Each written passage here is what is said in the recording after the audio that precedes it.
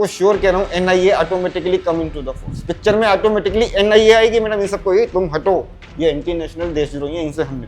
मुझे ये नहीं समझ में आ रहा है कि बीजेपी के बड़े नेताओं का मेनका गांधी के पास ऐसा क्या राज है कि वो मेनका गांधी पे कोई एक्शन नहीं ले पा रहे। हम राहुल को बोलते हैं कहीं पर चपासे बनने लायक नहीं है, तो मेनका गांधी भी आया बनने लायक। ग्राउंड क्या है, कितनी कारें, कैसा ही, उससे मेरा मतलब नहीं, लेकिन उसका एक सोशल मीडिया पे नाम है, उसको हिट कर दिया। तो ये लगता है भाई यार, जब एलवी यादव को इन्होंने ऐसी की तैसी कर दी, हम तो चीज कहते हैं देश के लिए बीजेपी जरूरी है, मगर मेनका गांधी बीजेपी के लिए जरूरी नहीं है। मिशन के लिए आईपीएस का मतलब होता है इंडियन पुलिस सर्विस, उनको देख के लगता है इंडियन पॉलिटिशियन सर्विस। एल्विश से इनकी लड़ाई क्या है, क्या दिक्कत है, क्या परेशानी है? दाऊद इब्राहिम की किसी आम आदमी से कोई प्रश्न, वो उन्हें गोली क्यों मारता था?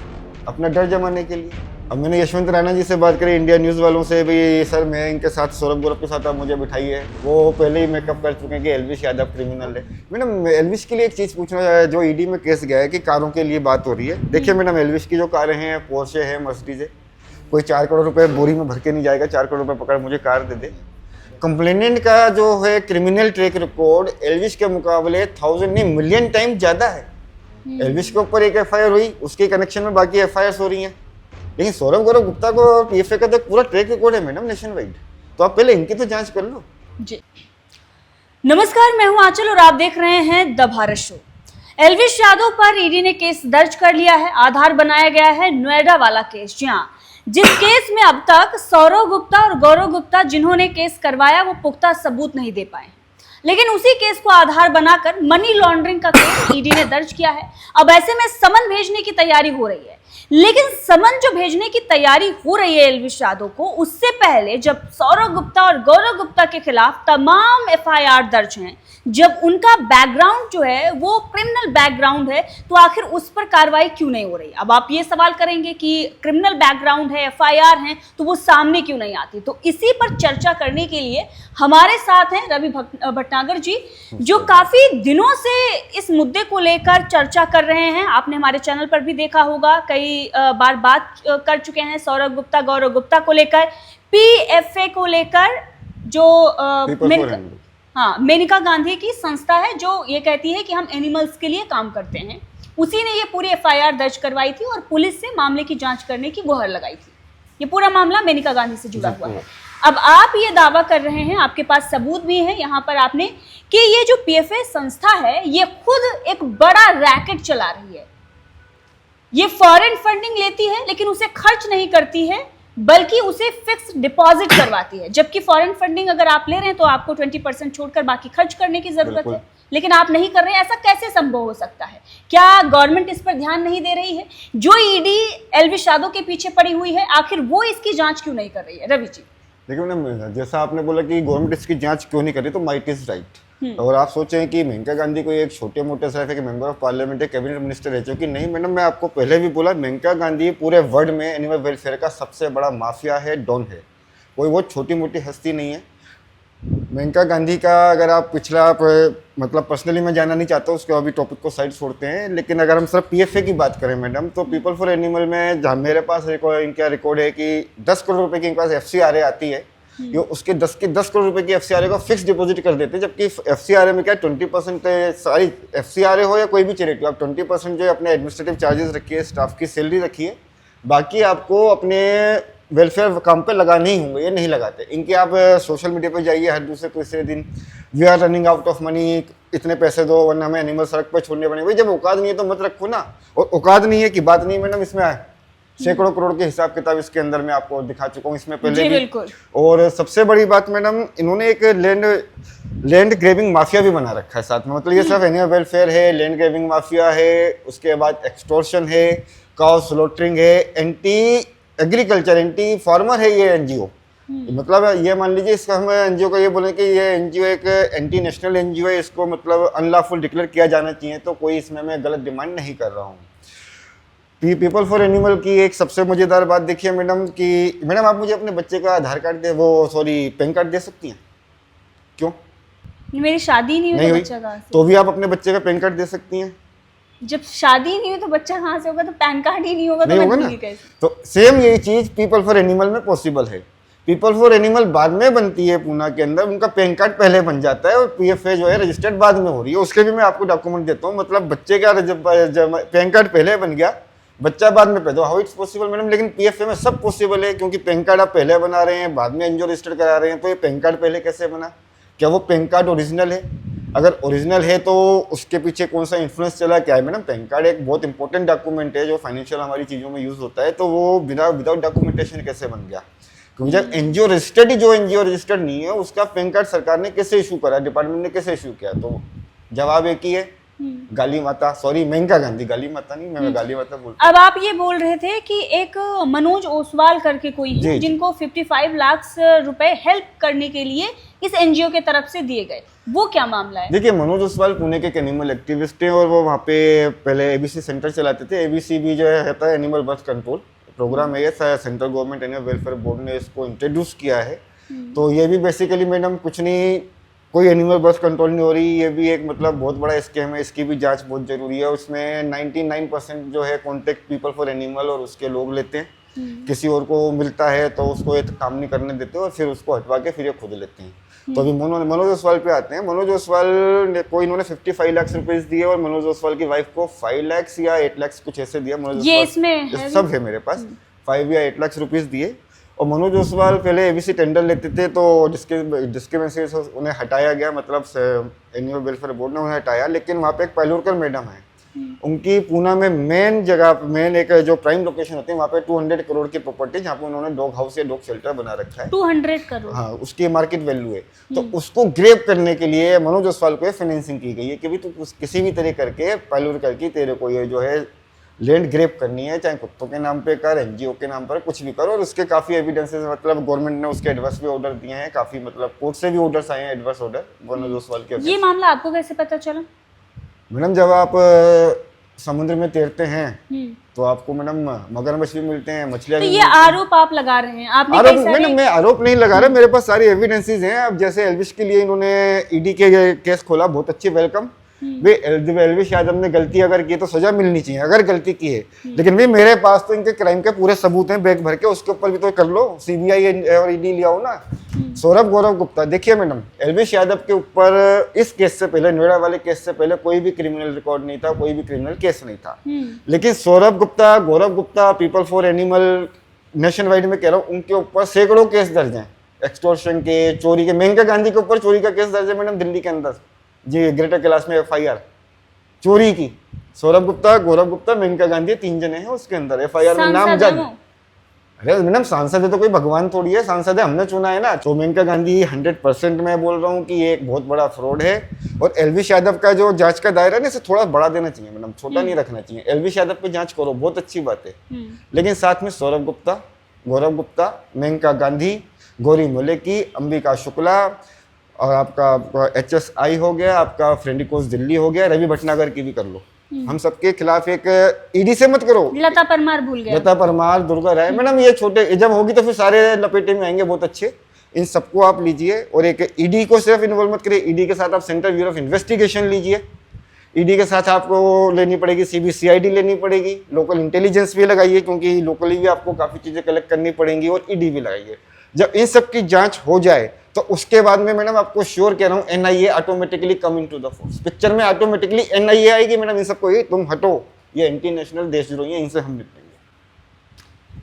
जांच करेगा कौन? सबसे बड़ा सवाल ये है। अब मैडम जांच तो आप लोग करवा सकते हैं, जांच करने वाली एजेंसी। मैडम देखिए, अब हमारे देश का जो मेन स्ट्रीम मीडिया है, जो अपने आप को ये कहता है कि हम मुख्य धारा मीडिया हैं, वो लोग तो एल्विश की जांच के पीछे पड़े हुए हैं। लेकिन वो लोग इन चीजों को क्यों नहीं देख रहे हैं? वो सौरभ गुप्ता, गौरव गुप्ता को क्यों नहीं देख रहे हैं? वो मेनका गांधी के खिलाफ कोई आवाज क्यों नहीं उठा रहे हैं कि देखिए ये ऐसा ऐसा मामला है, आप इतने आरोप लगा रहे हैं, मुखर होकर बोल रहे हैं, कई सारे वीडियोस हैं। पहले तो मैं कोई आरोप नहीं लगा रहा हूँ, मैं एविडेंस दे रहा हूँ, मैं पूरी जिम्मेदारी के साथ कह रहा हूँ।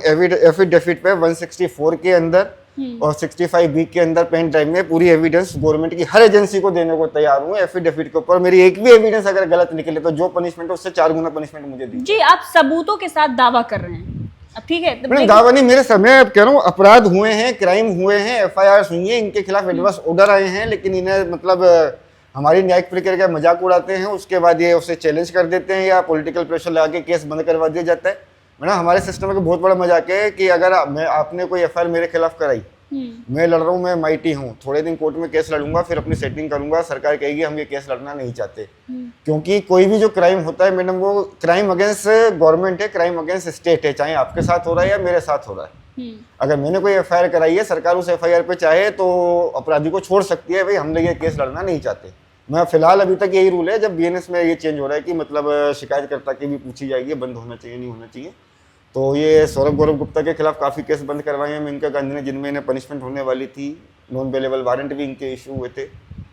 और दिल्ली में एक कोर्ट है, सौरभ गौरव गुप्ता के ऊपर 38 लाख का उन्होंने फाइन मारा है कोर्ट तो ये माना जाए कि मेनका गांधी भी बीजेपी की मुश्किल बढ़ाने वाली हैं। अब देखिए मैडम, मैं प्रज्वल रमन्ना और ये सारी मुश्किल तो बढ़ा ही रहे हैं, अब मेनका गांधी भी मुश्किल बढ़ाएंगी। मैडम ये मेरे लिए बड़ा मतलब धर्म संकट वाला सवाल है। बचपन से राष्ट्रीय स्वयं सेवक संघ से जुड़ा हुआ हूँ, तो मैं इतना ही कहना चाहूंगा, देश के लिए बीजेपी जरूरी है, मगर मेनका गांधी बीजेपी के लिए जरूरी नहीं है। मतलब मेनका गांधी से लाइबिलिटी ऑन मेनका गांधी से। देखिए मेरी लड़ाई मैडम सिस्टम के अंदर जो भी करप्ट है, जो भी गलत है, उसके लिए है, उसके खिलाफ है। जो सही है वो सही है। अब हमें लोग बोलते हैं कि हम जो है एंटी मुस्लिम है, मैडम सलीम मुस्लिम है, उसके ऊपर लता परमार झूठा रेप केस डाला, मैं खुल के सामने आया, मेरे ऊपर एफआईआर में लड़ रहा हूँ।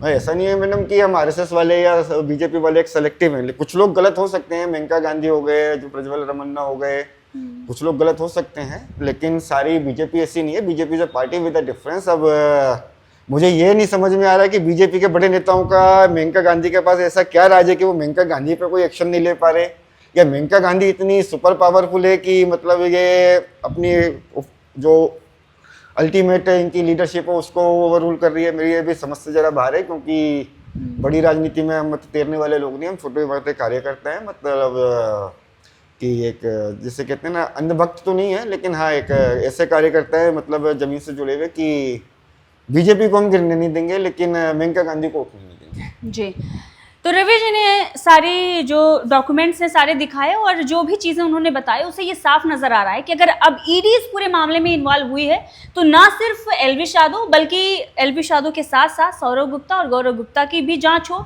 जो उनका बैकग्राउंड है उसको लेकर भी जांच हो। सिर्फ कार कलेक्शन या फिर एलविश यादव का नया घर ही जांच का विषय नहीं होना चाहिए। जांच का विषय ये पीएफए में जो कुछ भी लेन देन चल रही है वो भी होना चाहिए, और सौरभ गुप्ता और गौरव गुप्ता के पास कितनी प्रॉपर्टी है, कहां कहां से ये प्रॉपर्टी आई है, इस सब की भी जांच होनी चाहिए। और जांच सिर्फ ईडी नहीं बल्कि सीबीआई भी करे। सीबीआई भी है, सीबीसीआईडी है, काफी इन्वेस्टिगेशन एजेंसीज है मैडम। सबकी एक टीम बनानी चाहिए, ज्वाइंट टीम, और फिर इन्वेस्टिगेशन करनी चाहिए। मैं ये कहता हूँ कि एनिमल वेलफेयर में जितने भी लोग हैं, जितने भी बड़े बड़े मगरमच्छ हैं, उन सबको मतलब आप किसी को भी दूध का धुला मत मानिए, सबके अगेंस्ट आप इंक्वायरी कर लीजिए मैडम। हजारों करोड़ का नहीं, मतलब कम से कम 3 या 4 लाख करोड़ का फ्रॉड पकड़ा जाएगा जी। फ्रेंडी कोज ले लो आप, पीटा ले लो madam, PETA is good for nothing, PFA is good for nothing. और madam people for animal madam किसानों के विरोध में है, बिल्कुल क्लियर जिम्मेदारी से कह रहा हूँ, किसानों के विरोध में, काउस के अगेंस्ट है ये मतलब हमारे जुडिशरी को नहीं मानती, हमारे सिस्टम को नहीं मानती। एक अल्टीमेटली इनका एक पहला चल रहा है। कुछ महुआ मोइत्रा का भी आपने बताया था कि जैसे महुआ मोइत्रा की सांसदी गई, उन्होंने अपना जो लॉगिन है वो किसी और को दिया था, उन्होंने लॉगिन किया था, उसके बाद बीजेपी के ये सांसद हैं और वो मुद्दे को उठाते हैं, जिसके बाद महुआ मोइत्रा का मामला जो है वो सामने आता है, उनकी सांसदी चली जाती है। लेकिन ये जो ईमेल है, आपने ये बताया कि मेनका गांधी जो एमपी हैं, वो ईमेल सिर्फ एमपी को ही मिलता है, वो ईमेल उन्होंने पीएफए के लिए इस्तेमाल किया। वो मैं बताता हूँ। देखिए मैडम, मेनका गांधी जो कोई संसद सदस्य बनता है तो उसको निकिन के ऊपर एक ईमेल बनाने का वो मिलता है, एक एनआईसी पे ऊपर कि आप निकिन के ऊपर अपनी मेल बनाइए, सरकार मतलब पता चलता है गवर्नमेंट से ऑथेंटिकेट ईमेल आई है। तो people for animal non government organization है, तो मेनका गांधी ने पीपल फॉर एनिमल के निकिन करके के ईमेल बनाती हैं, काफ़ी टाइम यूज़ करा, हमारी निगाह पड़ी तो हमने काफ़ी मतलब ऑब्जेक्शन करी, कंप्लेंट करी, तो उन्होंने वो वाली ईमेल बंद कर दी। उसके बाद मेनका गांधी @निक इनके ऊपर एक ईमेल बनती है जिसपे पीपल फॉर एनिमल का सारा बिजनेस हो रहा है। भाई पीपल फॉर एनिमल का मेंबर ऑफ पार्लियामेंट से क्या मतलब? मेनका गांधी उसकी ट्रस्टी है, मेनका गांधी ट्रस्टी है, Maneka Gandhi member of parliament होने की वजह से उसकी ट्रस्टी नहीं है। जब Maneka Gandhi member of parliament नहीं थी, वो तब भी उसकी ट्रस्टी थी। भाई एक्सीडेंटली है, हमारे देश की मतलब बदकिस्मती समझ लो, है मेनका गांधी मतलब क्या किस्मत थी, मतलब वो एमपी बन गए। बट जैसे हम राहुल को बोलते हैं वो कहीं पर चपासे बनने लायक नहीं है, तो मेनका गांधी भी आया बनने लायक नहीं है। बिल्कुल, मैंने आप इसे टेलीकास्ट जरूर करना। वैसे काटिएगा नहीं कि वो आया बनने लायक भी नहीं है, अगर राहुल गांधी चपरासी बनने लायक नहीं है, आखिर चाची तो है। अब आप इतनी सारी चीजें कह रहे हैं, आप इतना खुलासा कर रहे हैं, हमारे मैडम- देश का विपक्ष क्या वो सो रहा है? जब टीएमसी की सांसद महुआ मोइत्रा जो उस वक्त सांसद थी, अब बहरहाल वो सांसद नहीं है, उन पर इतनी बड़ी कार्रवाई हो जाती है, तो क्या मेनका गांधी का मामला उन लोगों के संज्ञान में नहीं आता, या ऐसे मुद्दे उनके संज्ञान में नहीं आते? अगर विपक्ष इन मुद्दों को जान रहा है या उन्हें नहीं पता है, हम बता रहे हैं, तो उसे वो क्यों नहीं उठा पा रहा है? आखिर किस बात का डर है विपक्ष को? हमारे देश में विपक्ष है? कौन सा विपक्ष है मैडम जो मुद्दा उठाता है? देखिए मैडम, इस समय हमारे देश में एक लक्ष्मण रेखा बनी हुई है। आप अगर इस तरफ हैं तो आप देशद्रोही हैं, सब कुछ हैं आप। इस लाइन को पार कर दीजिए, आप गंगा नहा लिए, आप बिल्कुल वॉशिंग मशीन में धुल गए, आप पवित्र हो गए। ये वाली कहानी चल रही है। तो मतलब हमारे देश का विपक्ष निकम्मा और निठल्ला हो चुका है? नहीं मैडम, हमारा सिस्टम जो है पैरालाइज हो चुका है। मैडम मैं सॉरी टू से, मेरे यहाँ पे काफ़ी मतलब केसेस चल रहे हैं, पुलिस के साथ भी डील कर रहा हूँ, तो उसमें काफ़ी आईपीएस से मुझे मिलना पड़ता है। तो एक दो आईपीएस, नाम किसी का नहीं ले रहा, एक दो आईपीएस मुझे काफ़ी अच्छे मिले जिन्होंने वाकई पुलिस की तरह काम किया। वरना मैक्सिमम आईपीएस देख के मेरी एक डेफिनेशन निकली है, आईपीएस का मतलब होता है इंडियन पुलिस सर्विस। उनको देख के लगता है इंडियन पॉलिटिशियन सर्वेंट, कि इंडियन पॉलिटिशियन के सर्वेंट है, जो पॉलिटिशियन बोलेंगे वही करेंगे, उससे बाहर नहीं करेंगे। जी। मैडम मेनका गांधी का, सौरभ गुप्ता, गौरव गुप्ता, पीएफए का एक लीगल एलिमिनेशन इस देश से बहुत जरूरी है, वरना आने वाला टाइम जो इस देश के लिए बहुत खतरनाक है। इन्होंने इस्कॉन के ऊपर एलिगेशन लगाया, इन्होंने अमूल की जैसी डेयरी के ऊपर, मतलब जो हमारे देश का प्राइड है मैडम, अमूल हमारे देश का प्राइड है, उसके ऊपर एलिगेशन लगाते हैं। बीजेपी रहा तो उसके लिए कर्नाटक में लड़ गए, नंदनी वर्सेस अमूल हो गया। और यहाँ पे मेनका गांधी खुद कह रही है अमूल का दूध मत पियो, अमूल क्रूरटी करता है, गुजरात से गायें जो है महाराष्ट्र कटने जा रही हैं। मेनका गांधी का वीडियो मैंने ट्विटर पर शेयर किया, आप उसे लेकर शेयर चलाइए। मेनका गांधी खुद बोल रही है, अमूल उसके ऊपर क्लेरिफिकेशन देता है कि हम अपनी गायों को बहुत प्यार से रखते हैं। और ये लेटेस्ट कोई 2-4 साल पुरानी, सदियों पुरानी बात नहीं, अभी शायद 1 महीने पुरानी इनकी लड़ाई क्या है, क्या दिक्कत है, क्या परेशानी है? मैडम देखिए, जब दाऊद इब्राहिम की किसी आम आदमी से कोई प्रश्न, वो उन्हें गोली क्यों मारता था? अपना डर जमाने के लिए। तो एल्विश यादव एक इतना बड़ा मतलब नाम है, मतलब हालांकि मैडम देखिए उसकी फाइनेंशियल बैकग्राउंड क्या है, कितनी कारें, कैसा है, उससे मेरा मतलब नहीं, लेकिन उसका एक सोशल मीडिया पे नाम है।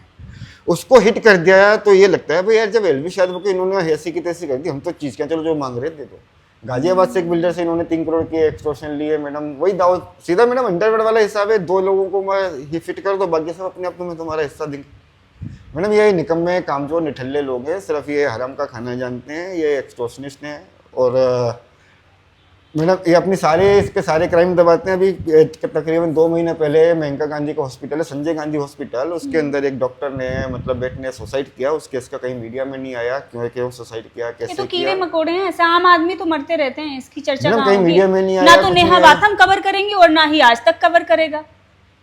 और मैडम मीडिया के ऊपर क्या बोला जाए, अब आप भी कवर कब तक करेंगे मुझे भी नहीं पता, आप कब तक कवर करेंगे मुझे नहीं पता। हो सकता है आने वाले टाइम में आप भी इसे कवर करना बंद कर दे। हर आदमी की अपनी मजबूरी होती है भाई, आईपीएस पुलिस वालों को अपनी नौकरी करनी है, बच्चे पालने हैं, तो सबकी अपनी अपनी मजबूरी है मैडम। अब वो मेन स्ट्रीम है, मुख्य धारा की मीडिया है, उनके पास तो इतनी पावर है, क्यों नहीं कवर करते वो लोग? मैंने मुख्य धारा का मतलब क्या मैडम, मुख्य मुद्दे ही नहीं उठा पा रहे, तो आप मुख्य धारा के क्या है? जब आप सिर्फ एक पार्टिकुलर आदमी का चरण पादुका बन चुके, तो आप मुख्य धारा में नहीं कह सकते ना।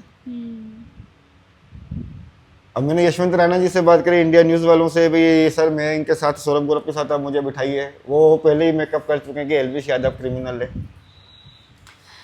तो बहुत बहुत धन्यवाद रवि जी। और रवि जी ने जो भी चीज़ें बताई, जो उनके तरफ से दावा किया जा रहा है, उनका ये कहना है ये सारी चीज़ें हुई हैं, एविडेंस भी वो दिखा रहे हैं, हमारे पास एविडेंस है, और हम इन सब चीज़ों को लेकर जिस तरीके से चीज़ें दिखा रहे हैं और जो कुछ भी खुलासे हो रहे हैं, इस पर अभी अगर आप देखेंगे तो मेन स्ट्रीम मीडिया में बिल्कुल शांति है। मुद्दे उठाए जा रहे हैं एल्विश यादव के कार का, उनके नए घर का, लेकिन ये सारे मुद्दे आपको नजर नहीं आएंगे। सौरभ गुप्ता और गौरव गुप्ता, उनके बारे में कोई खुलासा नहीं हो रहा है। यहाँ तक कि मैंने देखा एक मेन स्ट्रीम मीडिया की पत्रकार, उसे यही नहीं पता था कि सौरभ गुप्ता, गौरव गुप्ता है कौन, वो उन्हें वकील बता रही थी, जबकि वो अपने आप को पत्रकार बता रहे हैं।